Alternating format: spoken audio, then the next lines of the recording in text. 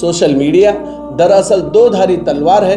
آپ اس سے اچھا کام بھی کر سکتے ہیں اور اپنا نقصان بھی کر سکتے ہیں. اس کے بہت سارے نقصانات بھی ہیں. نقصانات میں سب سے بڑا نقصان یہ ہے کہ آپ کا وقت اس میں بہت زیادہ ضائع ہو سکتا ہے، اور اسلام میں یہ بہت ناپسندیدہ عمل ہے.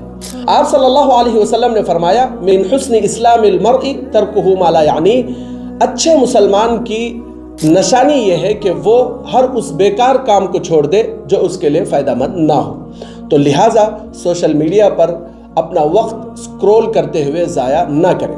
یہ سوشل میڈیا کا ایک بہت بڑا نقصان ہو سکتا ہے.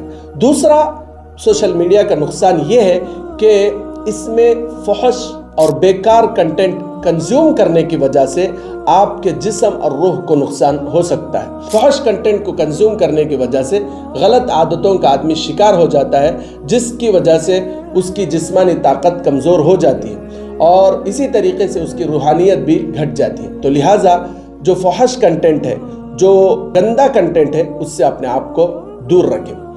اس لیے کہ قرآن میں اللہ فرماتا ہے ما يلفظ من قول الا لديه رقیب عتید، جو بھی ہم بولتے ہیں، جو بھی ہم کرتے ہیں، یہ سارا کا سارا اللہ کے پاس لکھا جا رہا ہے.